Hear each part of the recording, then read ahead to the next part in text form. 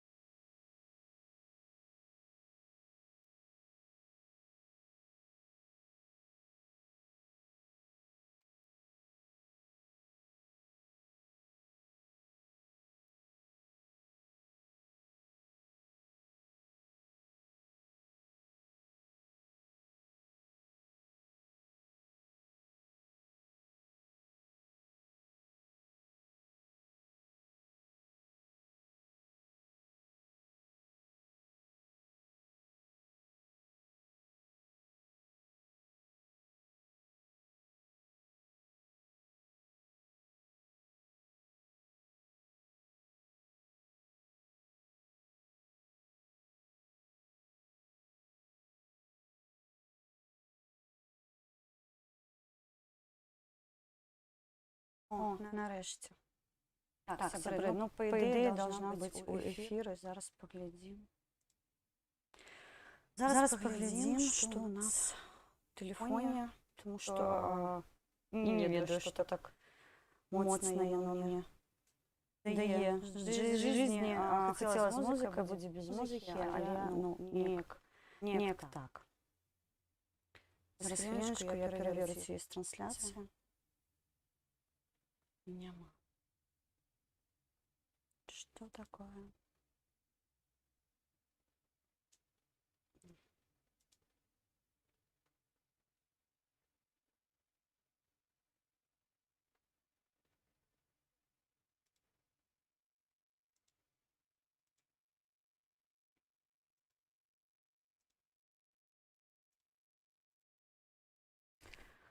Так, ну что? Павінна запрацаваць балалайка. Зараз паглядзім, ці яно працуе, ці не працуе. Нешта пашло. Нешта пашло.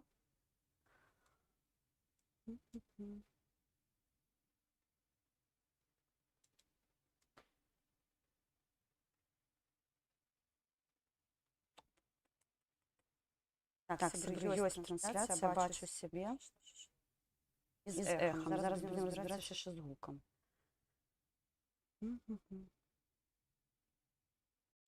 Давайте так поспробуем.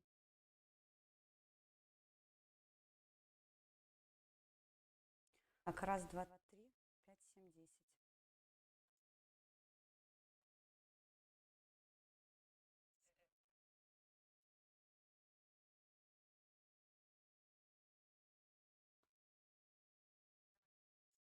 О, все.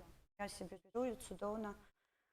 Все ў палявых умовах, як заўсёды, працуем. Зараз будзем распаўсюджваць стрым, таму што зноўку загубілася. Все бегом, бегом, бегом. Зараз будем разбирацца, што да чаго і як. Прабачце мне, будь ласка, але ўсё вельмі, вельмі, вельмі цікава адбываецца. Зараз спампавала відэа, хацела вам яго паказаць і пакажу абавязкова. Я сёння на мікрафоне новым і спадзяюся, што гук годны і вы мяне цудоўна чуеце, таму што гэта вельмі важлівая гісторыя, таму што сёння мы будзем разбіраць, што правільна, ой, прабачце, год пратэстаў. Цэлы год прайшоў ужо з таго часу, як я ва ўкраіне. І сёння я нагадаю, як гэта адбылося, што такога здарылася за гэты час. Вось, і я спадзяюся, што не падае ў нас інтэрнэт, і ўсё будзе добра, і ўсё будзе цудоўна працаваць, таму што гэта складаная ўся гісторыя за тэхнікай, а як у мяне растуць рукі, адкуль не патрэбна, так увогуле для мяне гэта ўсё цяжка. Вітаю, вітаю, Best Jokes. Як тобі слово, Лукі, про те, що він хотів би з Путіним зробити Україні вілли? Ну, слухайте, два дебіла – гэта сила, що я можу яшчэ каментаваць. Зараз давайте трошки позбираемся, тому що була попередня трансляція, я на чомусь не ідзе, я не змогла до її долучитися, тому нова трансляція, але тут я бачу, ОБС працює більш-менш спокійно, тому давайте вже будем сидеть на гэтай трансляцыі, таму што новую ладзіць, а да старай павяртацца гэта цяжка. Я нават музыку не ўмыкала, таму што ўсё проста скача, бегае і немагчыма працаваць. Пішыце, калі ласка, як гук, што я сябе чую толькі праз тэлефон. Сёння без вухаў, як заўсёды. Я не скача, і у нас добрая трансляцыя. У мяне не хатні інтэрнэт, а мабільны, там бачыце, калі ласка, таму што вы для мяне зараз вельмі складаная гісторыя ўсё.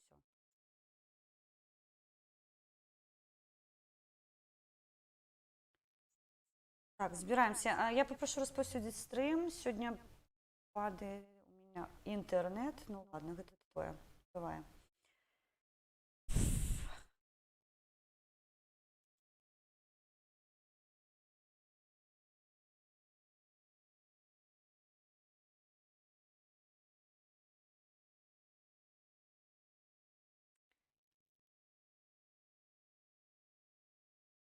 Так, поехали.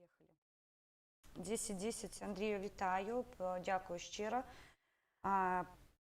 Тэхнічна ўсё вельмі цяжка. Адзінае, што шчыра кажу, рада, што камера працуе, мікрафон ёсць, трансляцыі могуць ісці як з тэлефона, так і з ОБС-кі, таму ўсё будзе, я спадзяюся, добра. Ставлю чат перад сабой, буду вас бачыць, буду з вами размаўляць.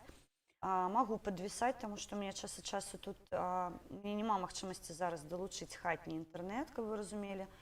Вось, таму я, Міхасці сама, вітанечка, таму я на мабільным інтэрнэце, а ён час ад часу падае. Вось такі дрэнныя, нехарошыя, але як ёсць, працуем. У палявых умовах, яшчэ раскажу, вельмі...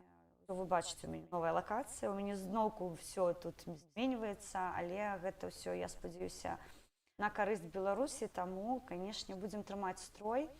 Ніхто носа не апускае, рукі не апускае, працуем. Камера трошкі, я бачу,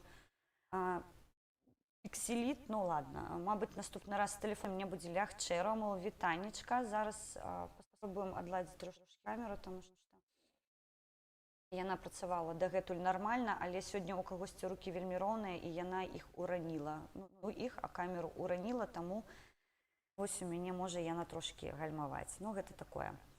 Норлі Ол, вітанечка, вітаю, даражэнечкі. Зараз, сябры, трошкі збіраемся, таму што была папярэдняя трансляцыя, яна не пайшла, там збіраліся ўжо людзі, таму я чакаю. Бывае так, ну, завісаю, зараз на чырвоным у мяне ОБС-ка, але трансляцыя ідзе і паказвае хуткасць, ну, больш-менш такую нармальную, то бок, ну, больш інтэрнэт, таму ўсё будзе добра. Сёння, што я хацела бы адзначыць, праходзіць акцыя салідарнасці з Беларусю. Мы назвалі гэта Дзень еднасці, калі беларусы ўсяго света літаральна яднаюцца. Сябры, трошкі ногу працела я, зараз трошкі пачаем. Буду час ад часу, да, круціцца з вамі. Што зробіш? Дзень еднасці, якую мы запачаткавалі учора. Учора праходзіла дзве акцыі ў Кіеве. На адной з іх я прысутнічала недоўгі час. У мяне зараз ёсць некаторыя абмежаванні, але яны не павінны ўплываць на маю працу, і далей буду рабіць усё магчымае, каб з'яўляцца з вамі ў эфірах і распавядаць астатнія навіны, якія адбываюцца. Таму трошкі будуць складанасці, але я лічу, што яны не татальнага характару, і мы абавязкова справімся з тым, што адбываемся. Гук цудоўна, на мікрафоне павінна працаваць усё нармальна, я па ім грукаць не буду, таму што ён такой даволі чуткой, і я баюсь, што калі я па ім стукну, у вас будзе звінець у вухах. Бачу чырвона-белыя стужачкі, шчыра дзякуй, канешне, усё пра Беларусь, за Беларусь, дзеля Беларусі, таму бачу, ўжо амаль сабралась неабходная колькасць. Затрымала сёння стрым, таму што прыйшла навіна ад кіберпартызанаў. Увогуле хацела бы адзначыць, сёння проста літаральна ляцяць навіны як шалёныя. Мне падаецца, што у сувязі з тым, што сёння адзначаецца гадавіна, як пачаліся такія актыўныя дзеі ў Беларусі. Мы сёння будзем разбіраць гэтую гісторыю. Мае гледачы, хто доўгі час са мной, яны ведаюць, што я ў апазіцыі, яны ведаюць, што увесь гэты час мы працягвалі працаваць, былі складанасці пэўныя, безумоўна, але у той жа час мы рухаемся ўперад, і пэўныя вынікі ўжо ёсць з гэтай працы, і мы будзем і далей працягваць, не гледзячы ні на што, не гледзячы на запужванне, не гледзячы на тое, што спрабуюць неяк дэматываваць апазіцыйныя сілы, неяк дыскрэдытаваць апазіцыйныя сілы, нічога не атрымаецца, таму што наша галоўная мэта – гэта вызваленне Беларусі з-за кратаў, і таму кожны, хто зараз знаходзіцца ў небяспечнай сітуацыі, мы за іх будзем тут на волі бароцца ў любым выпадку. Нічога не спынілася, мы можам геаграфічна змяніць лакацыі, мы можам тэхнічна, мабыць, прасесці па нейкіх момантах, але гэта не азначае, што мы прыпыняем працу і складаем лапкі, таракані, як ён марыць проста, і адмаўляемся ад таго, што мы робім. Такога не будзе ніколі. Я спадзяюся, што мы будзем выходзіць у такіх фарматах часцей. І я хацела бы сёння анансаваць некаторыя рэчы, якія я сёння буду зачытваць для вас. Я звярнулася да свайго сябра Віталя, канал «Асторожны вірус», таму што сёння ён размясціў на сваёй пляцоўкі цікавыя тэксты, і вось калі я будавала нашу размову з вамі, я хацела, канешне, ад сябе распавесці, што адбылося ў 2020 годзе, як на падзеі 2020 года ўплывалі падзеі 2019 года, што мы літаральна бачым у 2021 годзе. Але вось яго тэкст, ён структурна правільны, і я хацела бы на ім сёння прыпыніцца, каб вы іншымі вачыма іншага чалавека, якой таксама прымаў удзелы ў прэзідэнцкай кампаніі, скажам так, вось яго меркаванні, яны амаль повністю супадаюць з маімі, і я бы хацела вам прадэманстраваць іншую точку зору. І трошкі сёння мы прыадчынім вось гэтую завесу тайны, як жа ж так адбылося, што ў Беларусі з'явілася надзея на змены, і як насамрэч Святлана Ціханаўская патрапіла ў ЦВК, хто спрыяў падачы дакументаў, хто дапамагаў гэты час, хто быў побач з ёй. І гэта было ўжо агучана, мы з камандай сагласавалі гэтыя моманты, то бок ніякіх, скажем так, ужо сакрэтных рэчаў я вам распавядаць не буду, гэта насамрэч ёсць ужо ў эфірах. Я сёння толькі падважу вынікі сённяшняга дня, сённяшніх падзей. І вось такой агульны стрым будзе па падзеях 19, 20 і 21 году. І, канешне, буду зноўку заклікаць нашых сяброў, нашых беларусаў да пэўных рэчаў. Я мяркую, што мірным пратэстам можна дабіцца пэўных змен у Беларусі, таму што я ў галаве заўсёды трымаю адну думку: хто гатовы ўзяцца за камні, той возьмецца без маіх падказак. Вось таму я ніколі не заклікала беларусаў на радыкальныя дзеі, таму што я не магу, зноўку падкрэсліваю, быць побач з імі і паказваць сваім прыкладам, як гэта павінна адбывацца. Сваім прыкладам я магу паказаць, што можна быць грамадзянінам сваёй краіны, можна быць нацыянальна накіраваным, можна шанаваць і карыстацца магчымасцю размаўляць роднай мовай, можна прымаць непасрэдна ўдзел у палітычных падзеях сваёй краіны. Сваім прыкладам я заўсёды заклікаю людзей не баяцца і рабіць усё магчымае дзеля таго, каб нашае жыццё з вамі, жыццё нашых дзетак, нашых унукаў, яно было нашмат лягчэй за наше. То бок, каб наш лёс не паўторвалі яны, каб не адбывалася ніякіх злачынстваў, каб не было здрад, каб армія была сапраўднай арміяй, а сілавыя структуры былі сапраўднымі сілавымі структурамі, таму што я сутыкнулася з альтэрнатыўнай карцінкай, калі можна так сказаць, некарэктна, канешне, карцінкай, але без падрабязнасцей я большага зараз разумею, як гэта павінна працаваць у дэмакратычнай краіне, якія крокі неабходна дзеля гэтага зрабіць. І вось за астатні час, шчыра кажу, мае меркаванні да некаторых рэчаў таксама змяніліся, і да некаторых рэчаў я ставіцца пачала трошкі па-іншаму. Яны крануліся не пред на мяне.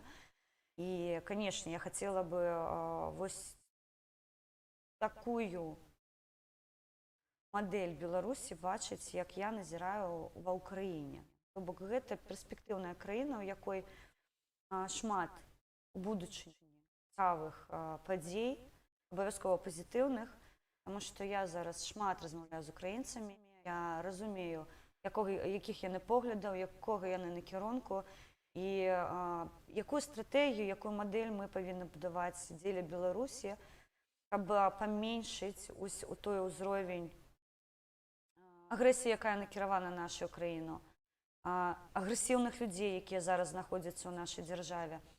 То яшчэ не бачыў адзін з астатніх відаў байпола, я раю паглядзець, яно кранаецца дэанону супрацоўнікаў ГРУ, так і называецца, базы дадзеныя Міністэрства ўнутрашніх спраў сталі даступныя кіберпартызанам, і зараз мы бачым, некаторы матэрыял ёсць ужо ў сетках, таму не паленіцеся, схадзіце на старонку байполу і паглядзіце, калі ласка, астатнюю працу. Вам шмат пытанняў стануць з адказам, таму што я ведала, што ў нас сітуацыя украй дрэнная, але што настолькі нават я вызнаю, і тут я памылялася, таму што сябры насамрэч усё набагата дрэннейшае або больш дрэннае, чым мы меркавалі дагэтуль, але зноўку гэта для нас матывацыя працаваць яшчэ актыўней. Я нагадаю, ідуць рэбрэндынгі нашых каналаў, мой на чэрзе стаіць, таму у хуткім часе пабачым аднаўлённую версію Ужо запустила Вероніка Мішченко на сваім канале аднаўленую версію. У гэтым ключы мы будзем рухацца, таму каму цікава пабачыць, мабыць, мадэль майго будучага канала, можаце звярнуцца на канал Веронікі Мішченко або на канал Народнай грамады, дзе яна расказвае, што мы у кааперацыі з некаторымі каналамі будзем працаваць па адной мадэлі і будзем трансляваць тыя думкі, якія мы лічым даносіць да нашых аўдыторый неабходнымі, і такім чынам мы будзем праз свае рэсурсы, праз свае аўдыторыі распаўсюджваць інфармацыю, абменьвацца інфармацыяй, і нашыя аўдыторыі таксама будуць паміж сабой камунікаваць. То бок аўдыторыя Веранікі можа прыходзіць на мой канал, вы, мае сябры дражэнькія, можаце заходзіць на Веранікін канал, на канал Народнай грамады, але я зараз не хацела бы спойлерыць, якія каналы яшчэ будуць з намі ў кааліцыі. Гэта нашыя сябры, гэта міжнародная суполка, таму я вельмі хацела бы, каб гэты праект быў рэалізаваны поўнасцю, і ён быў вельмі карысны для нас і для нашай краіны, безумоўна.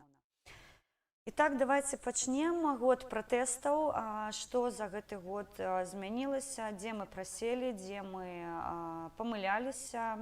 Я заўсёды падкрэсліваю, мы не баімся памыляцца, мы баімся не вызнаць гэтыя памылкі і не выправіць. Таму, мабыць, зараз самы той час, калі мы таксама выпраўляем самі сябе, таму што мы у пэўных кроках былі, мабыць, не надта упэўненыя, мы рабілі іх вельмі асцярожна. Некаторую інфармацыю мы не даносілі да аўдыторыі дзеля таго, каб не нашкодзіць камусьці, хто знаходзіцца на зямлі.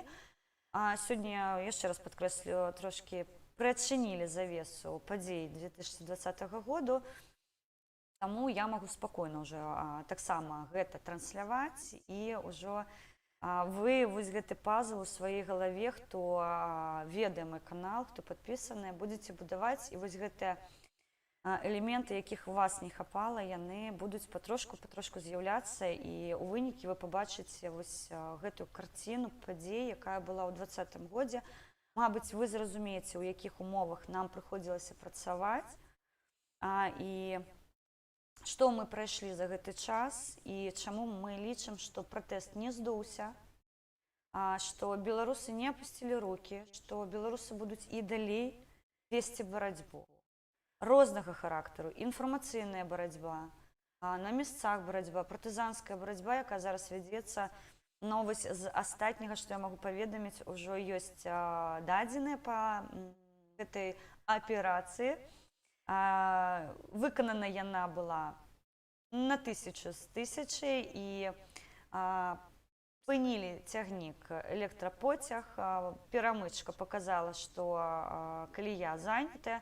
Спынілі два цягніка з вантажом Беларусь-Калія. Яны стаялі на стопе. Чаму гэта важліва? Таму што калі вось адбываюцца такія рэчы, парушаюцца кантрактныя ўмовы, фармальна тая прадукцыя, якая павінна была трапіць своечасова, яна, канешне, не трапляе. Мы нічога, я зараз беру людзей, якія гэта рабілі, мы не прымалі ўдзел, шчыра кажу, я не буду сабе прылічваць гэтыя дасягненні беларускай партызаншчыны. Не, гэта зрабілі людзі на зямлі. Два цягніка сталі колам, пакуль прыехалі чарнашмотачнікі, пакуль разбіраліся, якая сама перамычка не працуе, якая семафорыць пра тое, што калія занятая. Я не ведаю, якім чынам яны пакінулі машыну. Карацей кажучы, пакуль чарнашмотачнікі шукалі перамычку, нашыя на зямлі адмыкнулі камеры відэаназірання і адкруцілі калёсы ў машыне, на якой прыехалі людзі, якія пашлі шукаць перамычку. То бок аперацыя на 100% была выкананая. То бок яны спынілі поцягі, яны адкруцілі кола ў машыне і яшчэ і камеры палажылі. Але відэа мы атрымалі, таму што былі людзі, якія гэта ўсё здымалі і паспелі перадаць за мяжу матэрыял, якім зараз мы насалоджваемся тут за мяжой і кажам, што беларусаў не падалаць. Сёння моя сяброўка была Фокс падчас акцыі, якая праводзілася ў Літуве, яна і зараз, мне падаецца, праходзіць, адзначыла вельмі важлівую рэч. Як бы сябе не паводзілі крэмлядзі, маскавіты, расіянцы, хто заўгодна з гэтай катэгорыі людзей, яны павінны разумець, што беларусы будуць і далей працягваць партызанскую вайну. Мы гэта ўмеем рабіць. Каму падаецца, што пратэсты здуліся, наўку раю звярнуцца да нашых рэсурсаў і паглядзець, якім чынам мы перашкаджаем працы нелегітымнай улады. Мы нічога не пашкодзілі, мы нічога не падставілі пад пагрозу жыццё людзей, абсалютна не. Усё было зроблена прыгожа, і вось такія акцыі, яны, як паведамляюць буслы, будуць рэгулярна адбывацца ў Беларусі. Таму, калі вы турбуецеся за сваё здароўе, маскалікі, я вам раю ў Беларусь не сунуцца. Мы вас там не чакаем. Што мы яшчэ робім? Мы хацелі бы адзначыць, што мы лічым, паскольку тэрарыстычны рэжым спонсоруецца краінай-агрэсарам, то і краіне-агрэсару для санацыі эканомікі неабходна падкінуць санкцыі. Вось таму літаральна мы тут будзем працаваць зараз яшчэ над гэтым пытанням пасіленых санкцый у бок Расіі.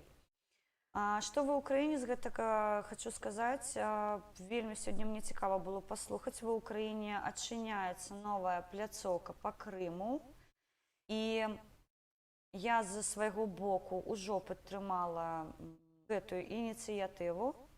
Гэта міжнародная суполка, якая будзе разглядаць пытанні, як я зразумеў, дэакупацыі Крыма.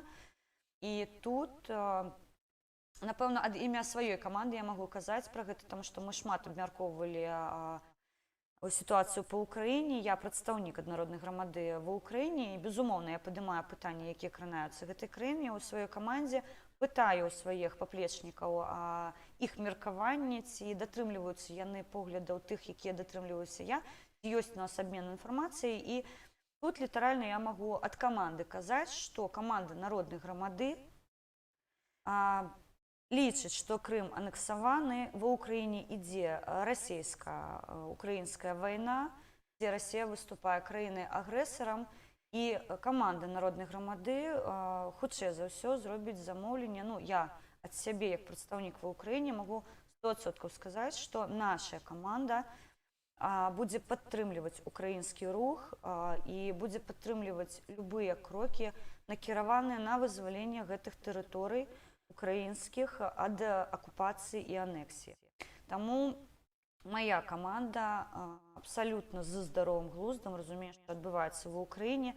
Ніякіх супярэчлівых сітуацый не ўзнікае, таму мы ў хуткім часе далучымся да каманд, якія выступаюць на баку Украіны і робяць усё магчымае, каб і Беларусь, і Украіна не былі удзельнікамі бязглуздасці расійскіх дзеяў, то бок не з'яўляліся тымі краінамі, у якіх праводзіцца агрэсіўная палітыка Крымля. Вось, таму чакаем навін з Украіны, далучымся як можам да дапамогі, падтрымаем сусветную суполку, якая замовіць пра тое, што яны таксама будуць разглядаць пытанне дэакупацыі Крыма, прыпынення вайны на Донбасе. Таму моя каманда, я шчыра дзякую кожнаму актывісту, хто прымае ўдзел у прыняцці такіх рашэнняў. Я вам шчыра дзякую за тое, што вы людзі з здаровым глуздам і цудоўна разумееце, што адбываецца ў гэтай краіне. Вось. Олександр Ковальчук, вітаннечка. Ол пише, якая дзіч, я не сустракаў разумнага цыгана. Малоць языком у іх у крыві. Слава Україні, героям слава. Той сам, Михась той самий, але дякую. Дзішня слука сьогодні, пробачте, не сьогодні життя. Я здорова, Ол, я кажу, ми рихтуємося. Ми побач з вами, не глядячи, ви ведаєте, в Україні зараз трошки складана ситуація, але вчора ладили акції. Сьогодні ладять акції, білоруси виходять. Ёсць пэўныя праблемы, не праблемы, ёсць пэўныя пытанні, ёсць некаторыя тонкасці маёй прысутнасці на акцыях, але я па магчымасці, канешне, буду там прысутнічаць і буду замаўляць Мне пашчасціла учора за кароткі тэрмін паразмаўляць з журналістамі, даць каментары па сітуацыі ў Беларусі, і украінскія ЗМІ атрымалі актуальную інфармацыю з зямлі. То, што атрымліваем штодзённа мы перадалі гэта праз камеры, праз мікрафоны.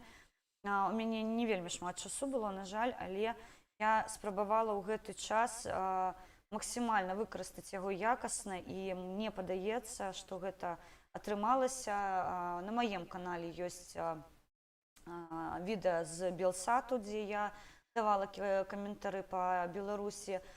Таксама ёсць у стрыме Мікалая Маслоўскага каментары, якія я давала па Беларусі. Рэшта інтэрв'ю, якія я пабачу, выйшлі ўжо ў эфір, я буду дадаваць на свой тэлеграм-канал. Таму я вас прашу, далучайцеся яшчэ туды, таму што ўсе самыя актуальныя навіны, канешне, мы ў турбарэжыме падаем іменно ў тэлеграм-каналах, таму што інфармацыю асноўную мы атрымліваем з тэлеграм-крыніц. Таму не пашкадуйце свайго часу, далучайцеся да нашых суполак і трымайце строй і верце ў лепшае. І так, давайте павернемся да падзей 2020 году.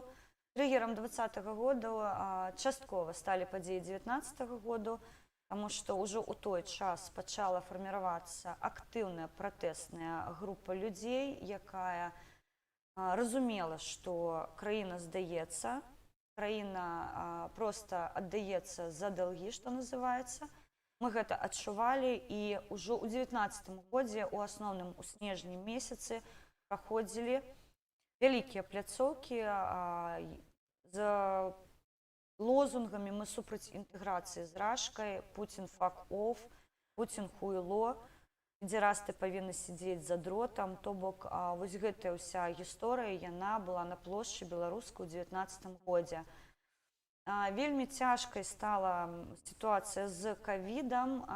Для нас яна была дрэннай, таму што ў гэты час, на пачатку 2020 года, Павел Севярынец пачаў праймеріз перадвыбарчы, і пачала фарміравацца група актывістаў, кандыдатаў пратэсту Мікалая Статкевіча. Мы былі вось той сілай, якая павінна была чыніць супраціў злачыннай тэрарыстычнай уладзе Лукашенка. Цяпер давайте трошкі прааналізуем, ці атрымалася ў нас і ці ёсць перспектыва ў гісторыі. Кандыдаты пратэсту Мікалая Статкевіча выступілі у ЦВК, амаль усіх іх загарнулі. Дзеля чаго мы гэта рабілі? Па стратэгіі Мікалая Статкевіча, за якую прагаласаваў прэзідыум і прагаласавала, скажем так, асноўная частка актывістаў, хто адказвае за выкананне рашэнняў, за прыняццё рашэнняў, мы за гэтую стратэгію галасавалі. Я у тым ліку падтрымала Мікалая Статкевіча і прымала ўдзел у рэалізацыі стратэгіі і прымала ўдзел непасрэдна ў перадвыбарчай кампаніі як актывістка, як прадстаўнік каманды Народнай грамады. Мы падалі дакументы, у нас была жалезная група, актыў, самы моцны актыў Народнай грамады, такіх актывістаў, як я. Нас было шмат людзей. І першая група, якая падавалася у колькасці трохі больш за 30 кандыдатаў, яны падавалі спісы, дзе налічвалася больш за 600 подпісаў людзей, якія павінны былі, умоўна кажучы, прасоўваць кандыдатуру на выбары. Дзеля чаго гэта рабілася? Збіраліся подпісы, як я прапанавала разглядаць вось гэтага кандыдата на пост прэзідэнта Рэспублікі Беларусь. Гэта першы этап перадвыбарчай кампаніі, калі выдвигаюцца кандыдаты ў прэзідэнты. На гэтым этапе усю каманду Мікалая Статкевіча загарнулі у ЦВК па абсалютна безглуздым падставам. Казалі, што калі яны званілі людзям, якія пакідалі свае подпісы, нібыта хтосьці не падымаў трубку, хтосьці не ведаў кандыдатаў пратэсту. Калі нехта не ведае Вераніку Мішченка, якая была кандыдатам пратэсту, ну, мне падаецца, гэта проста смешна, тому што яна не проста актывіст народнай грамады, яна не проста спікер народнай грамады, яна медыйны чалавек, вядомы ў Беларусі. І вось калі ёй сказалі, што нібыта яе не ведаюць, таму яе кандыдатура здымаецца з выбараў, ну, гэта для нас гучала як мінімум смешна. Але вядома, мы гатаваліся да таго, што нашых кандыдатаў загарнуць. Таму у нас была, я не магу сказаць гэта назваць кансервай, але у нас быў план такой Б у выглядзе Владзіміра Непомняшчых і калі прыйшоў час кандыдата ў прэзідэнты Святланы Ціханаўскай. Іх падавалі не як каманду Мікалая Статкевіча. То бок за ініцыятыўную групу адказваў не Мікалай Статкевіч. Гэта рабілася спецыяльна, каб ЦВК прапусціла хаця бы аднаго кандыдата. Чаму? Таму што нам неабходна было ў вельмі кароткі тэрмін, літаральна месяц, правесці мітынгі легальныя па ўсёй Беларусі. У нас было вельмі мала часу на арганізацыю, у нас было вельмі мала часу на агітацыю. Нам патрэбен быў адзін чалавек, якой пройдзе не кандыдатам у кандыдаты, а якой пройдзе кандыдатам у прэзідэнты і зможа праводзіць мірныя мітынгі, пікеты ў сваю падтрымку. І ідзе збор подпісаў за кандыдата. Гэта другі этап, у якім мы таксама прымалі актыўны удзел.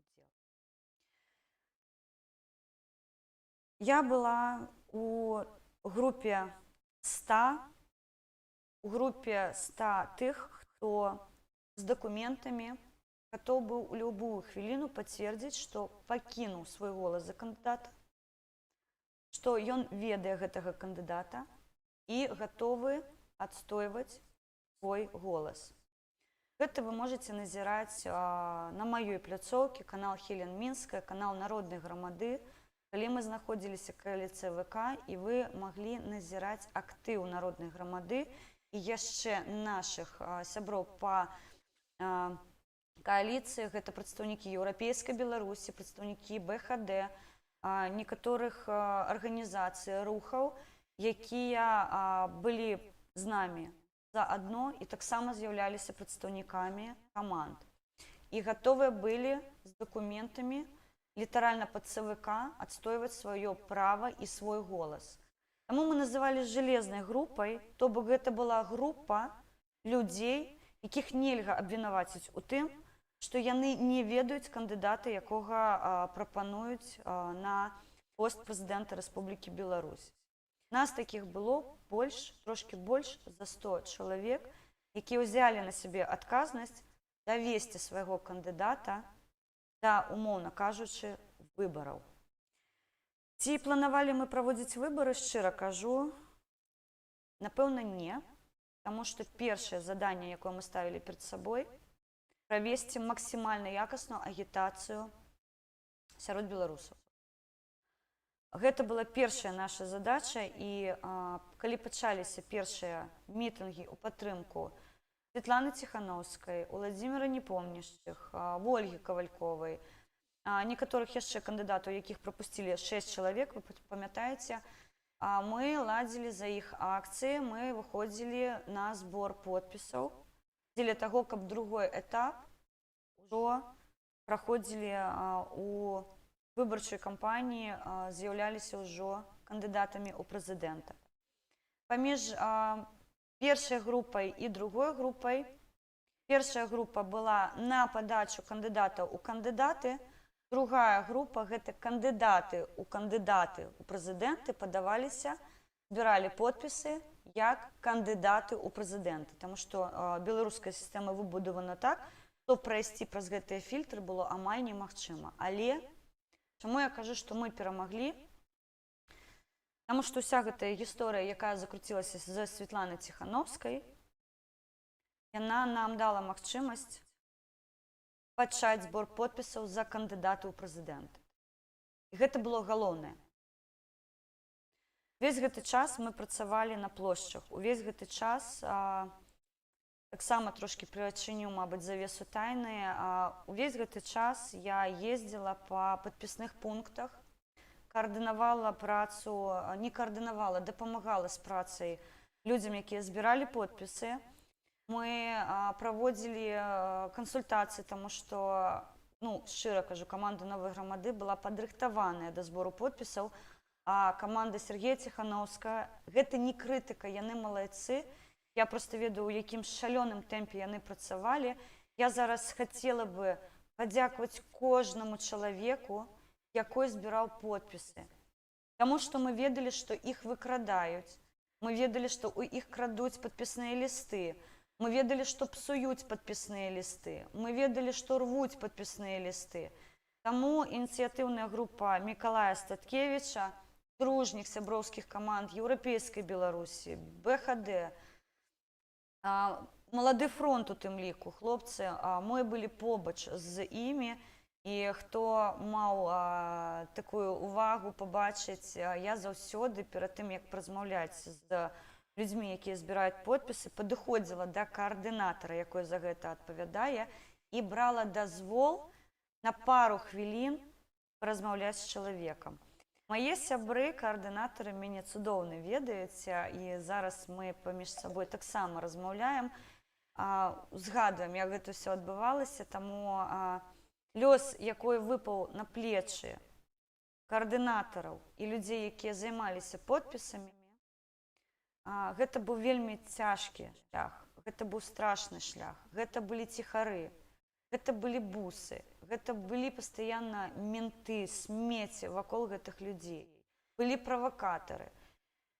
Яны прайшлі ўсё гэта, за што я ім кажу шчыры дзякуй, таму што вы далі тую надзею, пра якую казаў Мікалай Статкевіч.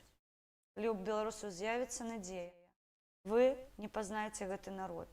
І дзейсна, беларусы, калі адчулі, што іх галасы крадуцца, калі выкрадаюць каардынатараў, калі выкрадаюць актывістаў на плошчы, калі мы не далічваліся з кожнай акцыі велічэзную колькасць людзей, таму што пад'язджалі ў наглую бусы, выкрадалі нас з лакацый, на якіх мы ладзілі мітынгі.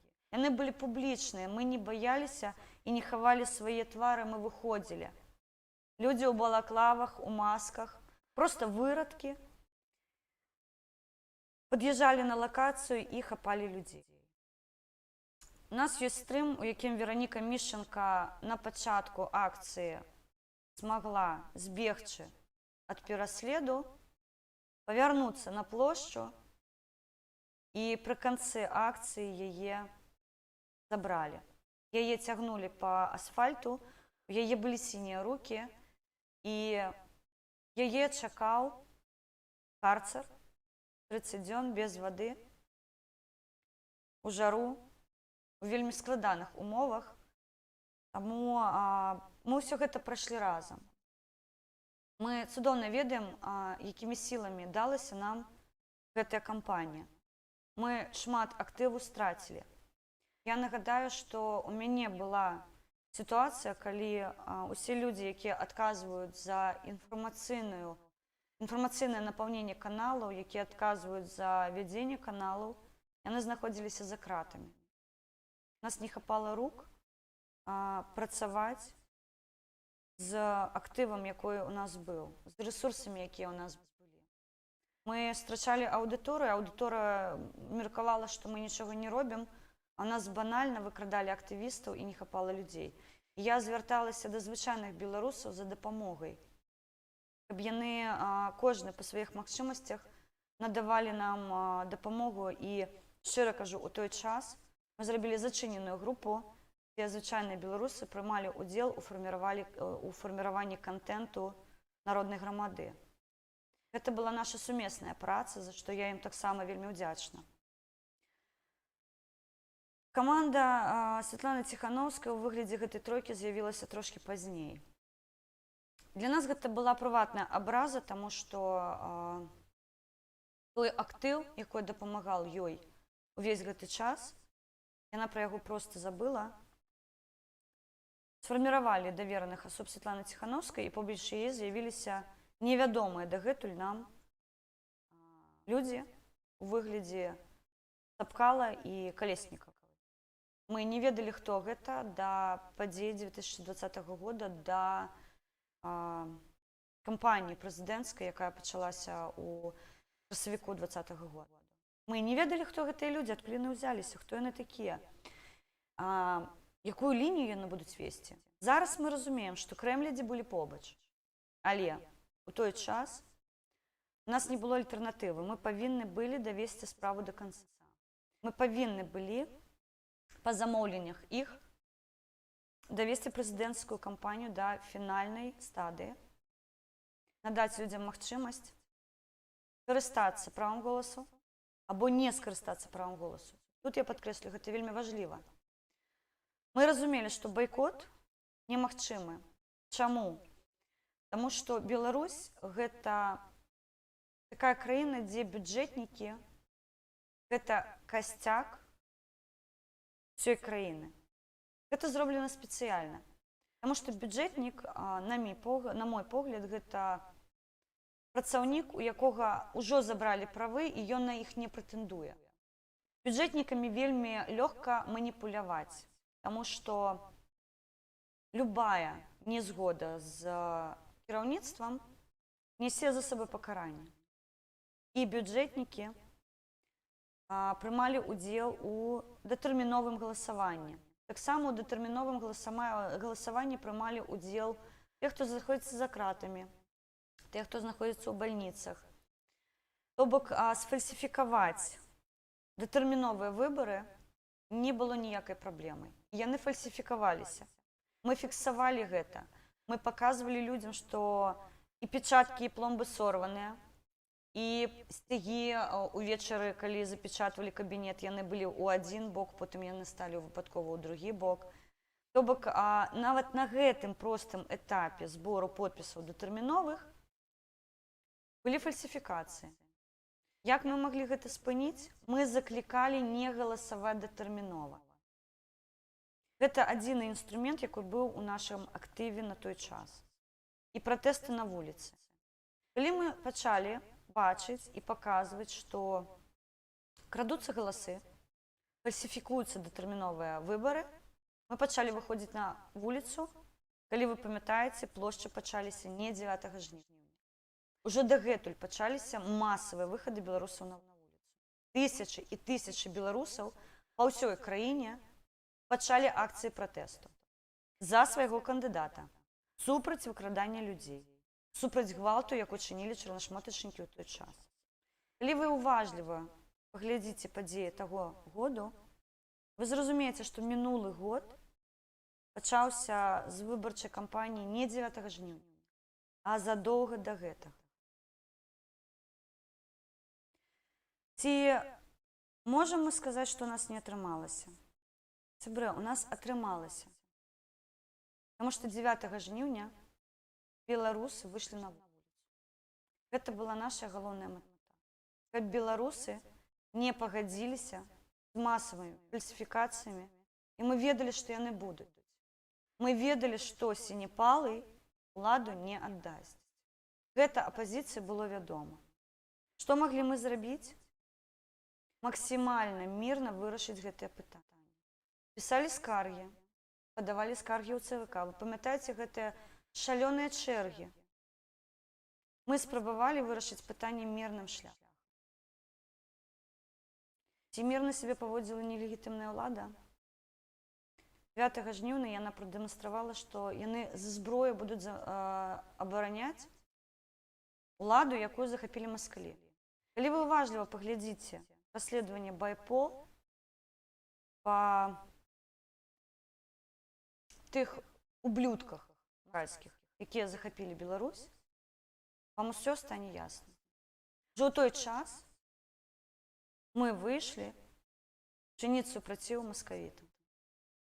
Апазіцыя гэта ведала? Ведала. Ведалі гэта звычайныя людзі, якія не прымалі ўдзел дагэтуль у палітычным жыцці Беларусі. Мяркую, што не. Але гэты год паказаў, што людзі абудзіліся, і людзі пачалі аналізаваць сітуацыю Беларусі. Яны нарэшце зразумелі, хто зраднік. Яны нарэшце пабачылі, хто з'яўляецца сапраўдным спонсорам злачыннага тэрарыстычнага рэжыму. Я зараз бы хацела звярнуцца да таго, што напісаў мой сябра Віталь, да таго, што як ён бачыў гэтую сітуацыю, якую я вам апісала зараз, гэта поўнасцю яго тэкст, я яго не правіла, я не ўносіла туды свае меркаванні і думкі, але вам, мне падаецца, некаторыя рэчы стануць зразумелыя з яго тэксту. Ён падзяліў яго на блокі, і я буду паведамляць вам пра блокі, але я папрашу вас, калі ласка, мы бярем матэрыял, я ўзгадніла з ім гэтае пытанне, я ўзгадніла, што я раблю пераклад на беларускую мову, але на яго канале «Асторожны вірус» я дам пасыланне пад гэтым відэа. Калі ласка, не паленіцеся, зайдзіце і пакіньце свае меркаванні. Ні падзяку, ні хейт, мабыць, і хейт Віталіку ён падабаецца. Свае меркаванні, як вы бачыце вось гэтую сітуацыю.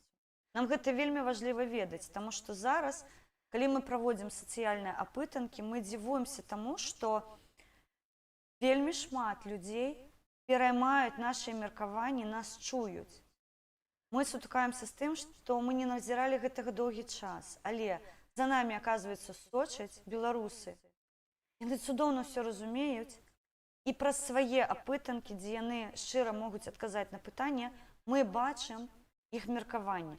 Таму, калі ласка, не забудзьце пасля гэтага стрыму паглядзець каментары, паставіць падабайку, зайсці да Віталя і пакінуць свае меркаванні на яго старонкі пад гэтымі пастамі, якія я зараз буду вам зачытваць.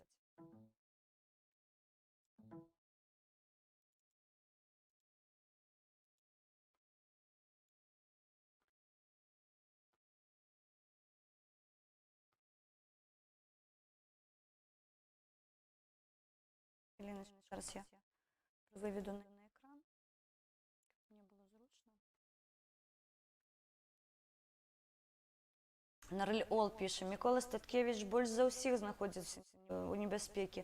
Трэба вельмі добра прадумаць яго выратаванне. Сябры, 12 жніўня ў Мікалая Статкевіча дзень народзінаў. Я вас вельмі прашу, калі ласка, не забудзьце яго павіншаваць. Я пакіну інфармацыю, што ён знаходзіцца ў гомельскім СМС. Ён не прымае ўдзел у гэтым цырку пад назвай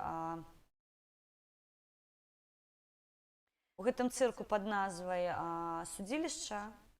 Нам стала вядома, што ён там не прысутнічае, таму я лічу, што гэта гераізм з яго боку, таму што, шчыра кажу, ён не вельмі любіць мужикоў у сукені. Ён заўсёды іх троліў і заўсёды пытаў у іх, якой халеры яны ўходзяць з залу суду, дзеля чаго, з якой нагоды, калі ў іх у папкі ўжо ёсць рашэнне па яго пытанні.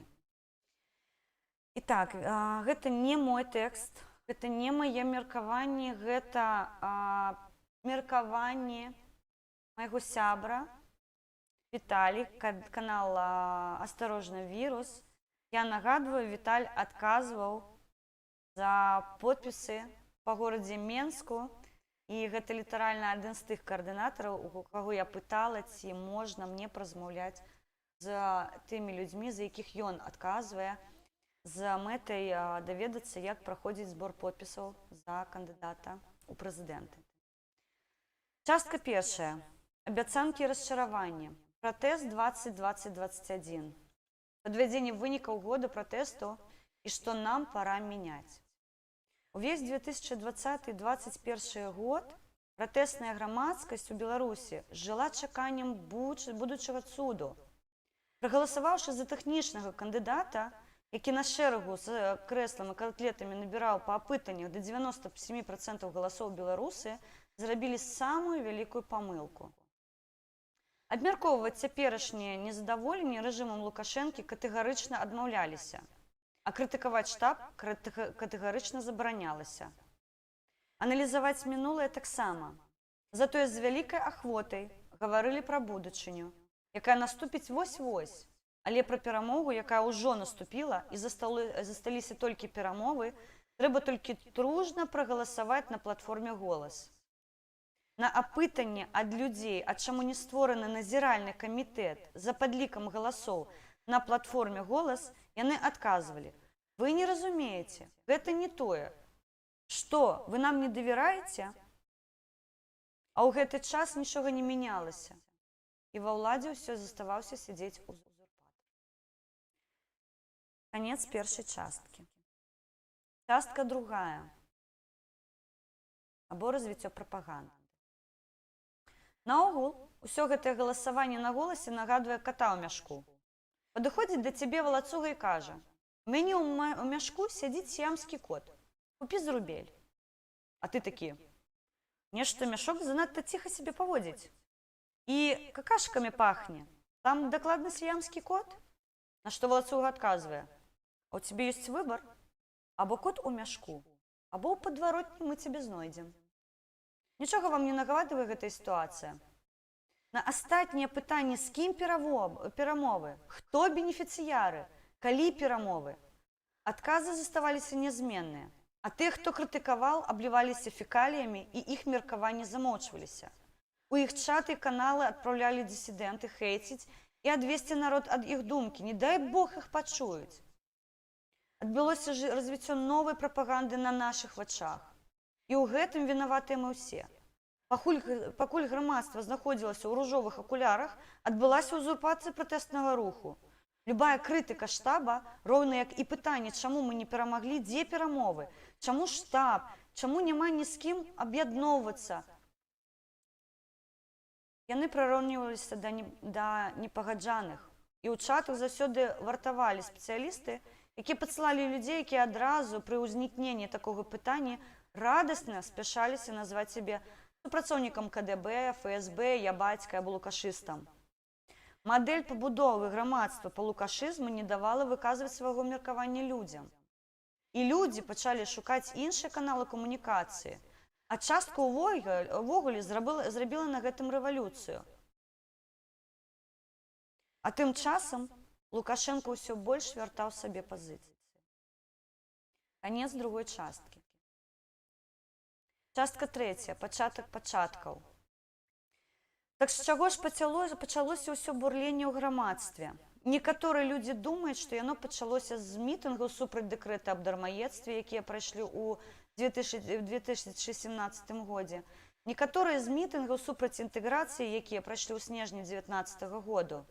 Але толькі штаб Святланы Ціханаўскай адмаўляе гэта і кажа, што ўсё гэта пачалося 9 жніўня 2020 году. І ў некаторых прыватных выпадках спачатку перадвыбарчай кампаніі. Давайте разбірацца. У рэчаіснасці вельмі шмат людзей было незадаволена выхадам дэкрэта нумар 3. Гэта дэкрэт Лукашэнкі аб дармаедах. І абураныя людзі зладзілі мітынгі, пасля якога гэты дэкрэт быў адменены. Улада пайшла на саступкі, чым канкрэтна знізіла градус напалу пратэснага руху. І людзі неяк астудзелі на час да новых пратэстаў. Таму гэта маё меркаванне, але я разглядаю гэта як дзеянне, але я не разглядаю, прабачце, гэта як дзеянне, як пачатак пратэстаў перад выбарамі 2020. А вось на мітынгах супраць інтэграцыі разгарнулася іншая гісторыя, дзе ўлада не толькі не пайшла на саступкі з грамадскай супольнасцю, але і ўсяляк паспрабавала закруціць гайкі і пачала сажаць актывістаў. Нагадаю, Сергей Ціханаўскі сядзеў у ІЧУ у навагоднюю ноч за мітынг супраць інтэграцыі на сутках і марыў апынуцца з сям'ёй у гэтую ноч. І менавіта гэтыя мітынгі я лічу першапачатковай кропкай пачатку кіпення перад выбарамі 2020. Ад сябе я хацела бы зазначыць, што ў гэты час за кратамі знаходзіліся нашыя сябры Шэры кот, Павел Севярынец і велічэзная колькасць актывістаў, якія палічылі неабходным звярнуць увагу на тое, што Лукашенко ўжо пачаў здаваць нас Крэмлідзе. Мікалай Статкевіч і яго партыя распрацавалі план пратэсных кандыдатаў, якія павінны былі зладзіць байкот выбарам 2020. План Мікалая ўвайшлі шмат лідараў пратэснага руху, у тым ліку і Сергей Ціханаўскі, якога ўлады ліквідавалі перад выбарамі. Пасадзіўшы на другія 15 сотняў, якія яму далі яшчэ за мітынг супраць інтэграцыі, у сувязі з гэтым Мікалай Статкевіч угаварыў балатавацца Святлану Ціханаўскую замест мужа. Ось тут я хотіла би прочинити трошки завісу таємниці. Сьогодні її озвучила Вероніка Міщенко на мітингу у Литві. Ми розуміли, що хутчэй за ўсё і Миколая Статкевича, і Павла Северынца, і Сергея Тихановскага, і іншых лідараў пратэснага руху будуць усіма магчымымі спосабамі ізаляваць. Таму па ініцыятыве нашых сяброў Еўрапейскай Беларусі быў распрацаваны план Б. Гэты план Б маў жаночае аблічча. Замест мужа ішла яго дружына. Замест Миколая Статкевича пашла Марына Адамович, а замест Сергея Тихановскага сфарміраванай групай, в якой мы прымалі ўдзел, ішла Оксана Тихановская. З самага пачатку збору подпісаў усе былі ўпэўнены, што Святлана здымае сваю кандыдатуру пасля другой часткі мітынгаў. Як завяшчаў Тихановскі, цытую, «Пакуль ён удзельнічае, а яна лічыць, толькі байкот». Але гэтаму не было дано здарыцца. Але я гэта ўжо забег ледзь наперад. Лукашенко ў той час губляў свае пазіцыі. Ён пачаў слабець з кожным днём. Канец трэцяй часціны. Частка 4, або збор подпісаў. Вітаю, Містік, давайте трошки припинюся, тому що тут починається саме цікаве. Микола Статкевич больш за ўсіх знаходзіцца ў небяспецы. Так, Джек Стейлер, вітанечка, вітання цьому чатіку, хлопчикам і Олені, дякую щирий. Білорусі вже 27 рік в небезпеці. Так, згодна, абсолютно. Вітаю всіх. Любов, я боюсь помилитися з прозвищем, тому скажу щиро, пані Любов, дякую щиро. Выродкі, яны вырадзіліся, нельга ім даваць шанец плодзіцца, павінны быць знішчаны. Так, Ігор, бажаю міцнога здароўя, шалахітных, слава нації, і не вживі вечна. Дякую щиро. Нарль-Ол пише, мае продкі ў 17 стагоддзі ў Магілёве знішчылі. Улус москалей, так. Нарль-Ол, віруса гляжу, дякуй. Статкевич Шляхціч по нараджэнню. Так, дзейсна, у пана Миколая Статкевича вельмі выдатная. Ён нашчадак вельмі вядомых людзей, якія таксама прымалі ўдзел у палітычным жыцці Беларусі. І для нас гэта вельмі важлівая гісторыя, тому што мы з'яўляемся часткай гэтай каманды. І вось мы, як нас называюць, статкевічскія, хотелось бы полностью адпавядаць гэтаму ганароваму прозвішчу. Лешы, вечар добры, вітанечка, вітанечка. Статкевич разумеў, хто такі Тихановскі, але Статкевич розум Тихановскага ён использовал дзеля справы. Ну, сказаць, што мы выкарыстоўвалі магчымасці. Мы гатовыя былі рабіць шмат рэчаў дзеля таго, каб вызваліць Беларусь. І я вітаю. Частка 4, або збор подпісаў. Ой.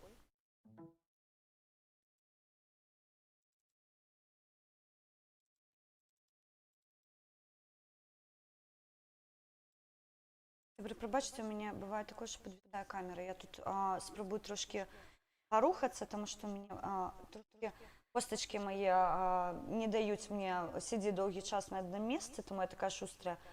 И у меня вымыкается камера, дрэнна працуе дрот, тому я буду повертаться. Я бачу ОБС-ку, тому добре. Частка 4, або збор подписів. Миколаем Статкевичем были организованы группы для кандидатаў пратэсту по збору подпісаў, куды ўваходзілі тысячы людзей. Але ўсе гэтыя групы былі разгорнутыя. І ў апошнія гадзіны прыйшлося ўсё перарабляць. Я на той момант не знаходзіўся там і не бачыў. Але мне многія распавядалі, як яны за некалькі дзён цалкам перараблялі спісы. І ў яго ўвайшлі трошкі больш за 200 чалавек. Вы задасце пытанне. Але мы ж чулі, што Гармошкіна разгарнула вялікую частку групы і не дапусціла да збору подпісаў. Але гэта неправда.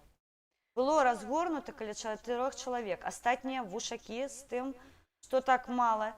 Ініцыятыўнай групы было на перыферыі, толькі пытанне спешкі і таго, што не было кампетэнтных людзей, якія дапамагалі б гэта зрабіць. Таму і казалася, што ён, раён, вобласць, было ўсяго па аднаму чалавеку, які мог бы здаць подпісы, а ў некаторых і ўвогуле ні аднаго не было. Так і я стаў адзін каардынатар на 5 раёнаў гораду Менску. Але мне было прасцей. У выпадку, калі б мяне ўзялі, Ціхановская ў Менску магла здаць подпісы за мяне. Хоць былі тыя, хто нават не забраў свае пасведчанні. Але на выручку прыйшлі звычайныя людзі, якія на валанцёрскіх пачатках штодня збіралі з намі подпісы, запаўняючы з 1 па 5 графу падпіснога ліста. Прабачце. Мы былі звычайнымі людзьмі. Многія нават не былі ў пратэсным полі да 20-го году. Але нас усіх аб'ядноўвала адно – жаданне пераменаў.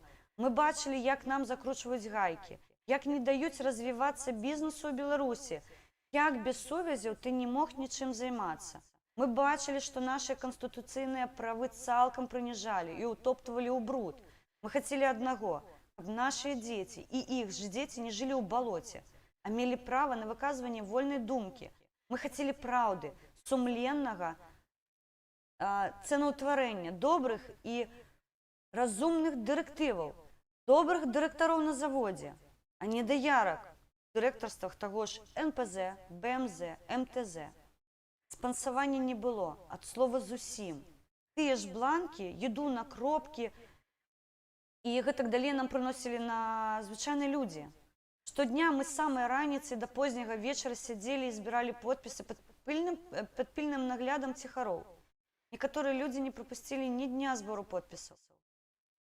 Да нас стаялі велічэзныя чэргі, і гэта надавала нам сіл. Пастаянныя правакацыі сталі спадарожнай непрыемнасцю ў збору подпісаў. І мы да іх вельмі хутка пачалі звыкаць. Часам, бачачы чалавека ў натоўпе, мы ўжо ведалі, калі ён падыходзіў падпісвацца, спецыяльна бралі новы бланк, таму што ведалі, што ён паспрабуе яго запароць. Запароць бланкі спрабавалі па-рознаму. Хтосьці ручкай псаваў, хтосьці рваў лісты, хтосьці распісваўся падолгу ліста, псуючы бланк. Лукашенко ў гэты момант спрабаваў пасадзіць іншых ініцыятыўных груп і дыскрэдытаваць збор подпісаў. Апавяданні пра нейкія каруселі, якія потым мы ўбачылі ўжо на спойлерах подпісу яго. Канец 4-й часткі. Частка 5. Ці аперацыя па зрыву байкоту. Аперацыя па зрыву байкоту пачалася з таго, што 29 траўня 2020 году падчас пікету па збору подпісаў у Гародні Ціхановскі быў затрыманы. А праз некалькі дзён, 31 траўня 2020 года, затрымалі Мікалая Статкевіча. Улада, убачыўшы кіламетровыя чэргі, спалохалася. Не зарэгістраваць кандыдату ў прэзідэнцыі яна не магла, таму што людзі не зразумелі б і паднялі бунт. І даць удзельнічаць на легальных мітынгах Мікалаю і Сергею таксама не маглі, таму што гэтыя двое маглі вельмі моцна расхітаць стабільнасць, якую яны паказвалі па тэлевізоры. Людзі выходзілі на пікеты тысячамі. Што б было, калі людзі ўбачылі, што іх шмат? Ні ў якім разе нельга было дапусціць, каб у балоце пачалося хваляванне. Раздражнёная ўлада разгортвае сваю рэпрэсіўную машыну супраць ініцыятыўнай групы Святланы Ціхановскай асабліва. Супраць тых людзей, якія маглі здаць подпісы. Мы самі, калі каталіся па гарадах, замест Сергея былі пад каласальным ціскам з боку нібыта праваахоўнікаў.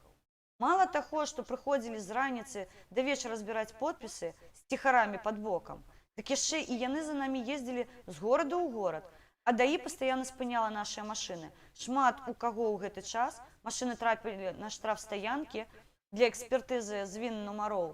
Не гледзячы на ўсё гэтае, подпісы ўсё роўна былі сабраныя, а Ціхановская стала кандыдатам у прэзідэнты.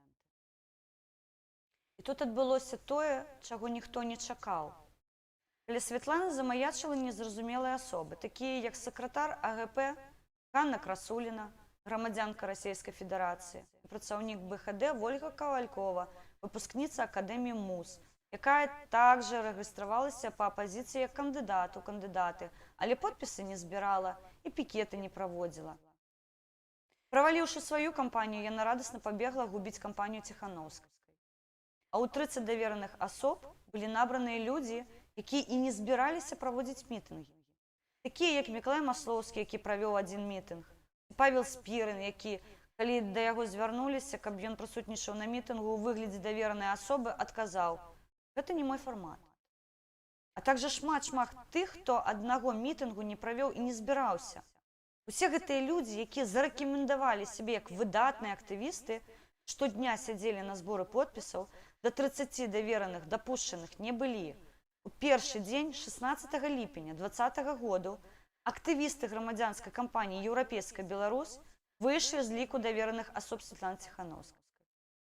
Заявіў актывістаў кампаніі Андрэй Войніч у Фейсбуку. Прычынай ён назваў адмову штабу ад мірных масавых пратэстаў у выпадку фальсіфікацыі.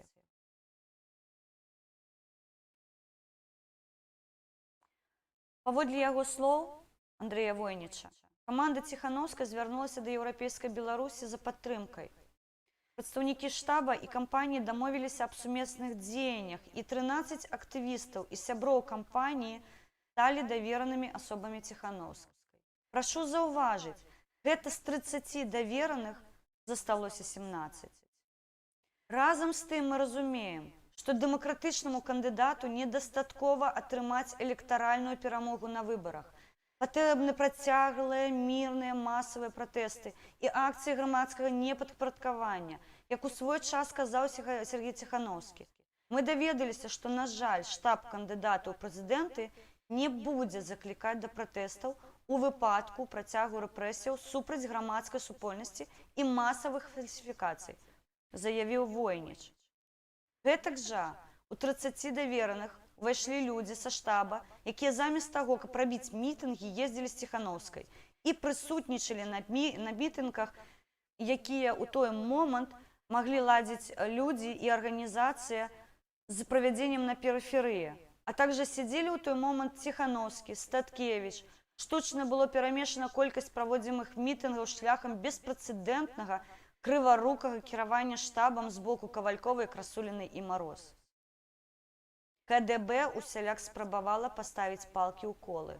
Лукашенко відавочна быў на ўзводзе, не спаў, не ел, не піў і не баяўся за свой трон. Канец 5-й часткі. Частка 6. Або што было да аперацыі па выдварэнні з краіны Святланы Ціханаўскай. У Беларусі 30 ліпеня адбылася самая шматлікая акцыя пратэсту ў гісторыі краіны. На мітынг кандыдата ў прэзідэнты Светланы Ціханаўскай прыйшло больш за 63 тысячы чалавек. Улада, моцна спалохаўшыся, з наступнага дня пачала ўсталёўваць палкі ў калёсы і ўсяляк перашкаджаць правядзенню мітынгаў. Уже пачынаючы з наступных сутак, бо трубы прарываюцца. У месцы правядзення мітынгу то плітку змянілі. Вядома, штаб пачаў крэатыў і заклікаць на праўладныя канцэрты, прыводзіць людзей з сімволікай, але гэта мела маленькі эфект і ўсяго адзін раз. 6 жніўня ў Менскім парку дружбы народаў мусіў адбыцца мітынг аб'яднанага штаба кандыдата ў прэзідэнты Светланы Ціханаўскай. Ён планаваўся ў фармаце канцэрта. Сярод заяўленых гуртоў папулярны Ніскіс, Джей Морс, Польскі, Торбэнд, Крама. У той час, калі на перыферыі бракавала грошаў, каб замовіць абсталяванне для правядзення мітынгу. Звычайныя людзі скідаліся самі, каб дапамагчы актывістам у гэтым. Але ўлады горада запланавалі ў парку сваё мерапрыемства – святкаванне Дня чыгуначных войскаў. Аб'яднаны штаб да апошняга не адмяняў мітынг 6 жніўня. Гэта адбылося за некалькі гадзін да яго пачатку, пасля афіцыйнага папераджэння Мінгарвыканкама, кандыдату прэзідэнта Светлана Ціханаўская і яе паплечніцы Марыя Калеснікава і Вераніка Цапкала паабяцалі замест гэтага прыйсці ў суседні Кіеўскі сквер, дзе менскія ўлады праводзяць калейдаскоп творчасці, свята для ўсёй сям'і. Тым часам міліцыя адчапіла Кіеўскі сквер. 30 ліпеня мітынг Ціханаўскай у парку дружбы народаў, паводле звестак праваабаронцаў, сабраў больш за 63 тысячы чалавек. 4-го міліцыя затрымала 17 чалавек, якія прыйшлі на адметны мітынг Ціханаўскай у Слуцку, і 5 чалавек у Салігорску, дзе мітынг Ціханаўскай быў дазволены. Псевдоначальніца штаба Ціханаўскай Марыя Мароз атрымала папераджэнне аб адказнасці за арганізацыю несанкцыянаваных мерапрыемстваў. Міліцыянты затрымалі яе, адвезлі ў пастарунак, правялі тлумачальную гутарку, а потым адпусцілі. Цікава, як так? До 9 жніўня давялося адмовіцца ад правядзення мітынгу. Тады стала зразумела, што Святлана не збіраецца больш здымацца з выбарчай гонкі, што нехта яе ўгаварыў рухацца далей, парадзіўшы, што завяшчаў Сергей Ціханаўскі і Мікалай Статкевіч. Тут трэба аддаць належнае. Ва ўмовах правядзення выбараў вельмі слушную ідэю падаў Павел Спірын і прапанаваў бланкі складваць гармонкамі, чым паказаць людзям, што ў скрынях практычна ўсе галасы аддадзены не за Лукашэнку. 9 жніўня 2020 году на шэрагу з выбарамі ўсе выданні тыражуюць навіну аб тым, што Вераніка Цапкала пакінула краіну. Адна з 3 кіраўнікоў аб'яднанага штаба апазіцыі Беларусі і жонка незарэгістраванага кандыдата на выбары прэзідэнта Валерыя Цапкалы Вераніка пакінула краіну з-за боязні і крымінальнага пераследу.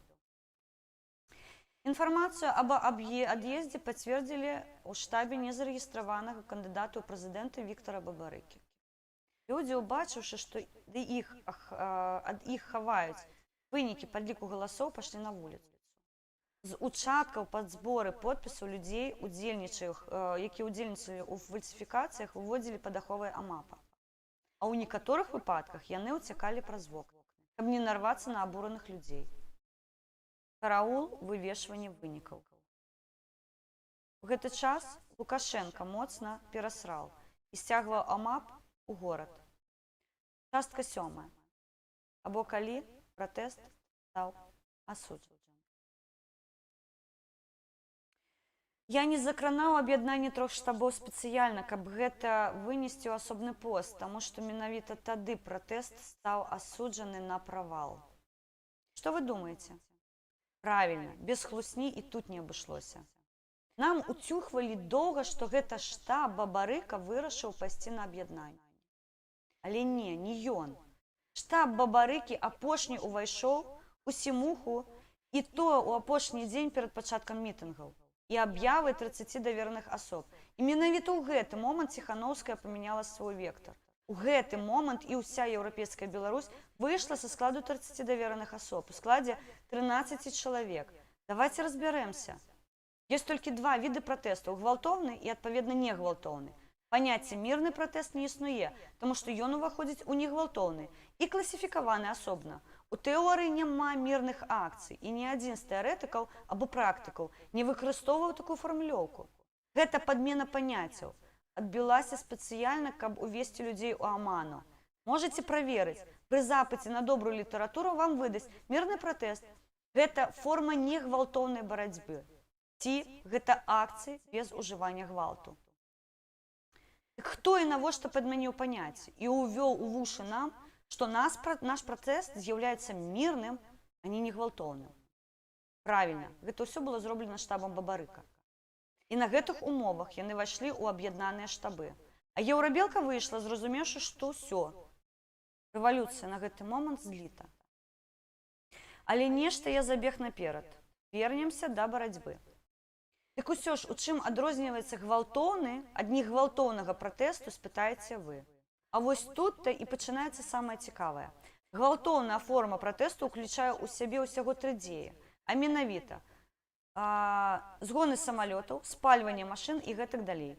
Ваенны пераварот, як паказвае практыка, практычна заўсёды бяскроўны метад змены ўлады. І герылья партызанская вайна. У гэтых акцыях прыхільнікі першапачаткова плануюць выкарыстанне смяротнай зброі для зброенага захопу ўлады і не дзеля самаабароны. Астатнія акцыі не з'яўляюцца гвалтоўнымі. Для прыкладу разглядзім Майдан ва ўкраіне. Ці з'яўляўся ён гвалтоўным? Не. Чаму? Таму што зброя, якую туды даставілі, была дзеля самаабароны. а не людзі прыйшлі адразу гвалтоўна зменьваць уладу. Але штабы пачалі падмяняць паняцці. І тое, да чаго заклікаў Статкевіч і Ціхановскі, вырашылі замыць. З позвы, нагадваю, слова Ціхановскага, толькі вуліца вырашыць усё. Бабрыканская прыбіраюць ключавыя паняцці, якія прывялі б нас да перамогі. І чым зліваюць пратэст? Пасля гэтага ўжо ўсё было накіраванае мне. Не гвалтоўныя пратэсты змяняюць на мірны. На мірны толькі сімвалічныя акцыі пратэсту, якія без сукупнасці з іншымі формамі ніколі не прывядуць да станоўчага выніку. Нават у Чэхіі, Празе, у шэрагу з такімі акцыямі праходзілі спланаваная і выразная падрыхтоўка забастоўка. Да нашай нібыта страйку яшчэ я вярнуся. Скажу адно. Еўрапейская Беларусь аказалася найбольш дальнабачнай і адразу зразумела праблему, але яе не чулі і ў аб'яднаным штабе, ці спецыяльна не хацелі чуць. Падчас правядзення мітынгаў вельмі вялікая колькасць дзеячоў спрабавала дастукацца да штаба, але ўсе яны былі праігнараваныя. У тым ліку свае паслугі прапанаваў і Зянон Пазняк. І той чалавек, які мне прасіў гэта не распаўсюджваць, але ён гэта дакладна чытае і бачыць. Але гэтаму аб'яднанню з людзьмі, якія рэальна маглі дапамагчы рэвалюцыі, не дано было здарыцца. Знаходзячыся на валасок ад страты трона Лукашэнкі, усё ж такі ён змог утрымацца на ім, таму што знайшліся дзівуны. Гэта пост майго сябра Віталя. Канал «Асторожна вірус». Я пакінуў ссыланне на яго рэсурс. Я вас вельмі прашу. Пакіньце свае меркаванні. Гэта важліва. Таксама я сёння размяшчу гэты пост у сябе на канале ў Тэлеграм. Я зараз хацела бы трошкі падвінуцца, таму камера можа завіснуць, я яе абавязкова аднаўлю. Таму што я вельмі сяджу моцна. Што цікавага ў нас? У мяне наступным пунктам стаіць Масандра. Зараз я трошки з вами порозмовляю. Олександр Блек, вітанечка. Київдарниця, вітаю. Покидьки і батьки горити вам в пеклі, виродки ви хворі. Ось так. Єленка, хопець об гэтай шльондри. Я за правду. Добрый, я за правду. І не пропустите моє інтерв'ю на каналі Україна 24. Хутка на выйдзе. Сьогодні я його правела зранку. Я так разумею, што ў дзень яго будуць монтаваць, і ўвечары яно павінна з'явіцца на канале Украина 24, таму, калі ласка, можете пацікавіцца, аб чым мы там размаўлялі. Зараз я хацела бы вам уключыць одну цікавую рэч, якая сёння прынесла мне каласальную проста купу задавальнення. Чаму? Таму што яны стралялі сабе ў ногу ўвесь гэты час. І зараз гэта будзе вядома ўсім. І, што самае галоўнае, мы атрымалі новы матэрыял для правядзення крымінальных спраў міжнароднага характару. Мы атрымалі прамыя доказы таго, што ў Беларусі генацыд, што нелегітымная ўлада целенапраўлена знішчвае народ Беларусі. Я прапаную вам зараз паслухаць Масандру. Кіберпартызаны злілі частку размоў.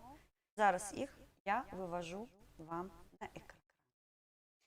Ці будзеце вы насалоджвацца гэтым, ці не будзеце, я не ведаю, але я лічу, што вы павінны гэта пачуць, каб зразумець, якія шлёндры, як правільна напісаў Норрель Ол, знаходзяцца ў нелегітымнай ладзе. А ад сябе скажу, што такіх тупых я даўно не назирал.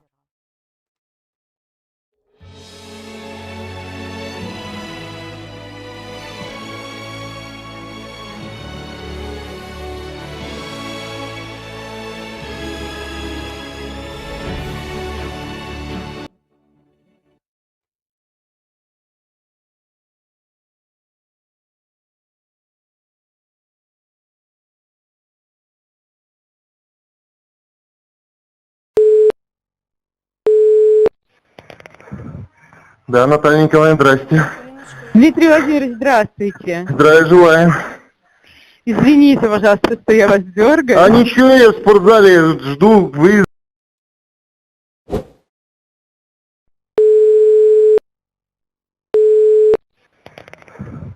Да, Наталья Николаевна, здрасте.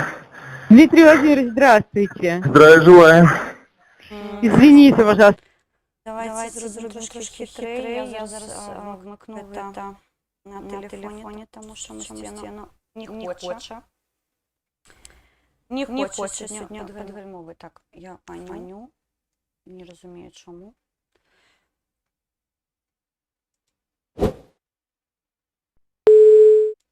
Так, давайте я вмикну это на телефоні.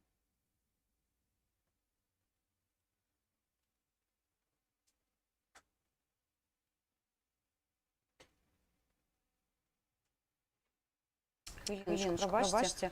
Технічно сьогодні хутенько збирала, але чувствую, що все буде гуд. Так, давайте трошки приберу. Добрый вечер.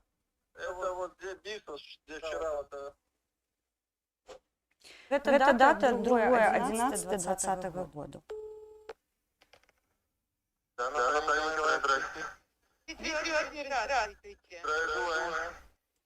Извините, пожалуйста, что я вас А дергаю. ничего, я в спортзале жду выезда вечернего, поэтому шел значит зайти. Вы поедете сейчас, да? Конечно. Моя смена сегодня, я дежурный. Договоримся о концепции. Мы завтра едем, но мы не поздно поедем, потому что были тяжелые выходные. И как-то вот мы будем через полчаса выезжать. Так может найти какой-нибудь самый жесткий двор? Мы в своей компании. А Давайте. Я просто буду рядом. нас уже побьют, но еще не долго. Что договорились? Где вы предполагаете, что мы жесткие у вас информации больше, да?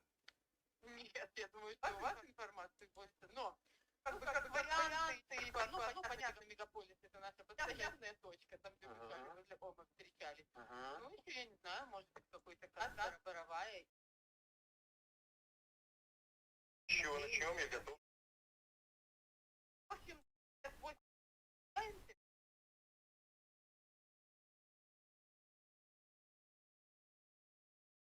да? Отлично, я на связи. Поэтому никаких нет. Мы же к ним.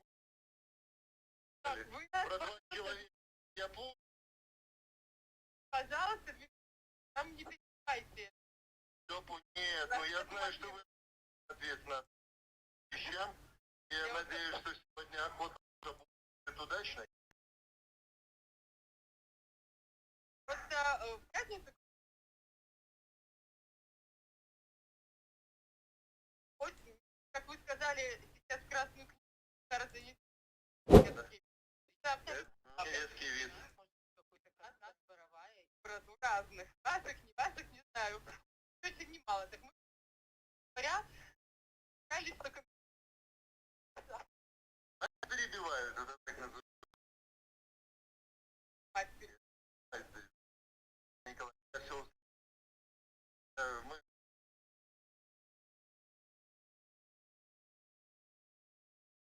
Так, с чего? я только работаю, а у нас дата.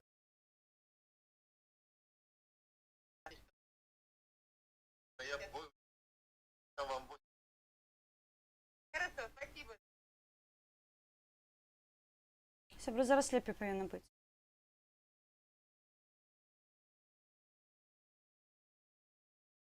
Владимир, какой ты там?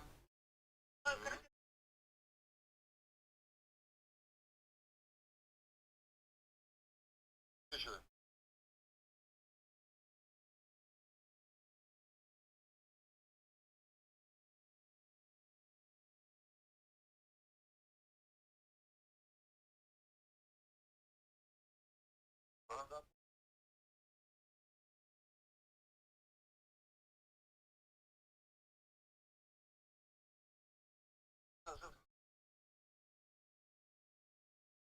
Я понял, таунхаузы, которые по Старозаславской трассе справа. Да. Есть, во сколько там будете?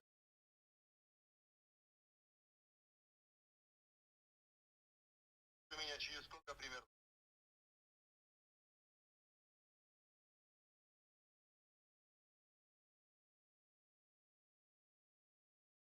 Пять минут. Шел. Алло.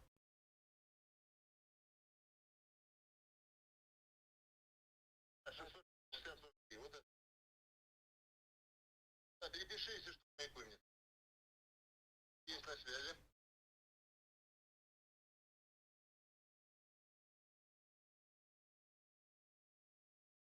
Наталья Николаевна.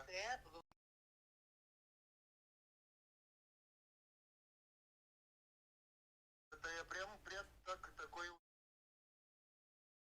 Прям такое услышала. Понял. Хоккей.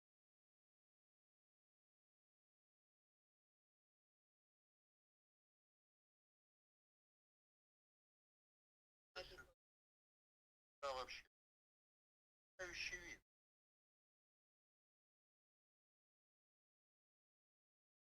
Сейчас вот... Сейчас вот моя группа... Не-не-не, давайте лучше мы их. А вы там нас не говорите. Так, а пускай мне вот... Я их просто своим старшим группам остались там. А, да, они вообще.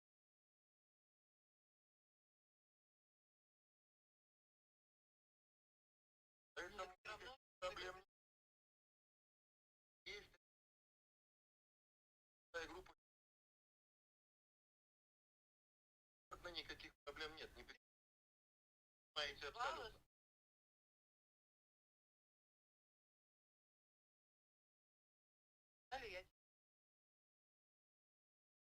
Они там касками лазерными.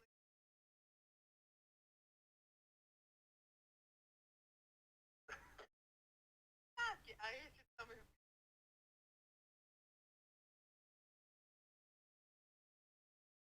Груши проезжал, как ГАИ ехать, там вот, ну...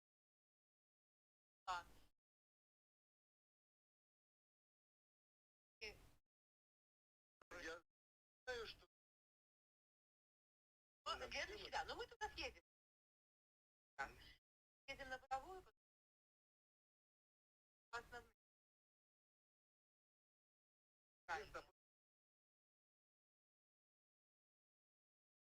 Хорошо. Сейчас он был... Да, пускай мне наберет. Никаких проблем нет. Мне проикнет напрямую с моим старшим. Контачили. Я с вами на связи. Я в любом случае дежурный.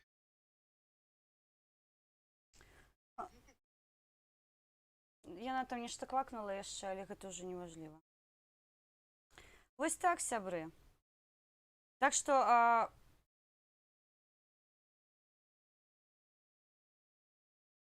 дрэнна чуваць было, але давайте дамовімся, я закіну гэта на канал, зараз закончыцца трансляцыя, я спампавала ўжо гэтае відэа, просто не было часу закінуць.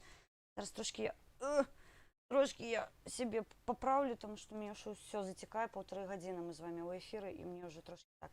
Я закіну гэта на канал, абавязкова вы зможаце гэта пачуць на прыватныя вочы, вуха, трошкі гуку дадам вам. Сябры, вы мяне ведаеце, я нават выпрадоўвацца не буду. Я зараз пайшла вучыцца на блогера толькі, таму я спадзяюся, што ў кастрычніку, калі я скончу, у мяне ўсё будзе працаваць, ну, хаця б роўна. Таму прабачце мне, калі ласка, мае касякі, я ведаю, што вы мяне церпіце, але ну, я, напэўна, больш актывістка, чым блогерша, таму прабачце мне, калі ласка. Што тут слухаць, я ж котлет шлёндра. Ой, Сергей Першак, вітаю, коньяк не водка, яго смактуеце, не п'ю. Так, сёння хацела таксама ўжо пры канцы я вам распавяду, што Канада, ЗША, Брытанія увелі санкцыі, туды трапілі кашелькі хуйла, што мне прыватна вельмі падабаецца. Вось, заўтра мы іх абавязкова абмяркуем. А з вами ўжо сёння будзем кончыць стрым, таму што ўжо амаль 2 гадзіны. Я вельмі хацела трошкі распавесці вам пра нашу працу. Украінцы, мае родненькія, буду звяртатися до вас мовою. Я тут для того, щоб чинити опір, всякої наволочі, яка погрожує моїй країні.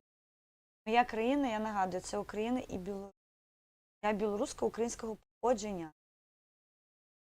І ті, хто вважають, що мене можна з Білорусі викинути в Україну, а з України викинути ще куди-небудь, я вже залишаюсь в Україні.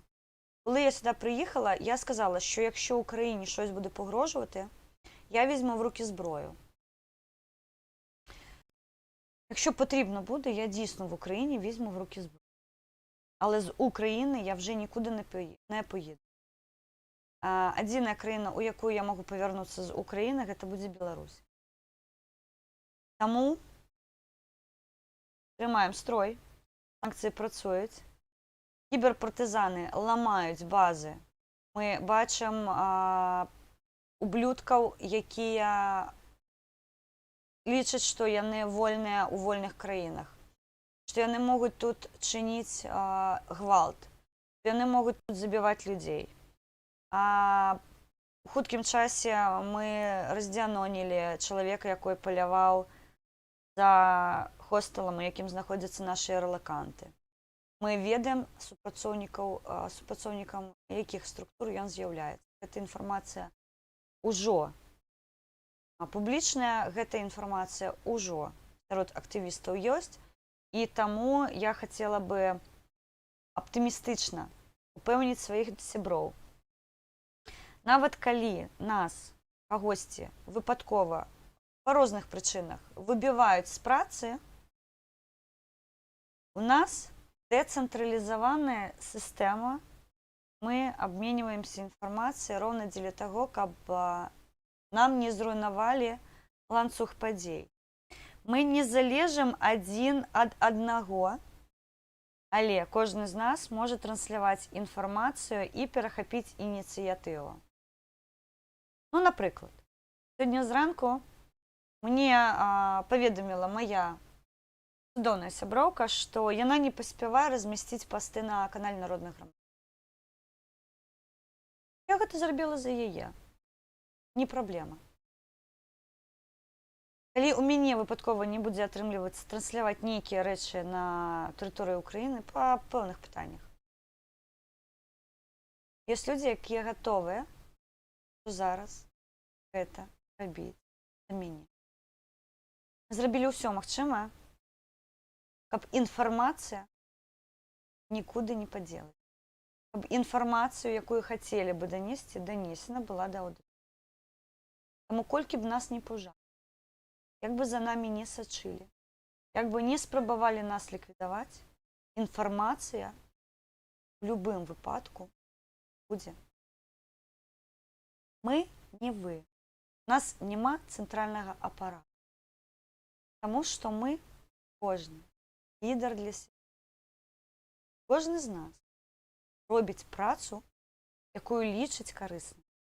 Не камунікуюсь, не сагласоўваю гэта. Я сваю працу не сагласоўваю. Я магу толькі параіцца, ёсць сэнс мне запачаткоўваць ту або іншую ініцыятыву. Яе могуць падтрымаць, могуць не падтрымаць. Але незалежна ад гэтага я буду рабіць роўна тое, што лічу неабходным.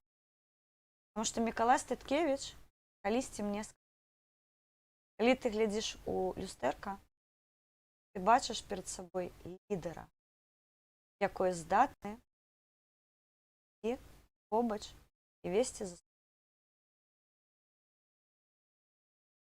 Я не лічу зараз неабходным весці за сабой кагосьці, або мне няма магчымасці зараз стаць побач. Але я павінна зрабіць усё магчымае, каб з'явіўся чалавек, якой побач з народам будзе вызваляць Беларусь. Што будзе добра. Це буде Україна, усё будзе Беларусь. Завтра мы с вами будем размаўляць пра бяспеку і санкцыі, якія так добра ўплываюць на сінепалага